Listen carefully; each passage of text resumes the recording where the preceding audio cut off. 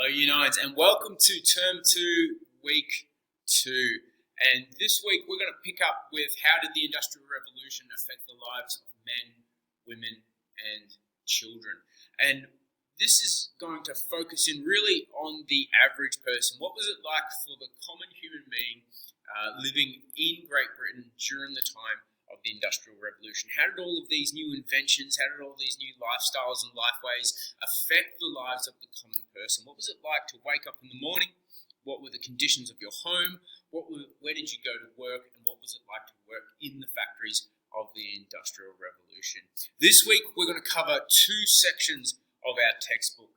Page 296, working conditions, and then technology, hey? Page 298, living conditions. Make sure you read slowly. Make sure you read these chapters reading for understanding, and make sure you answer the questions that we have asked of you in your Google Classroom. Pay special attention because there's a bit of a link down the bottom, and we'd also like you to respond to that.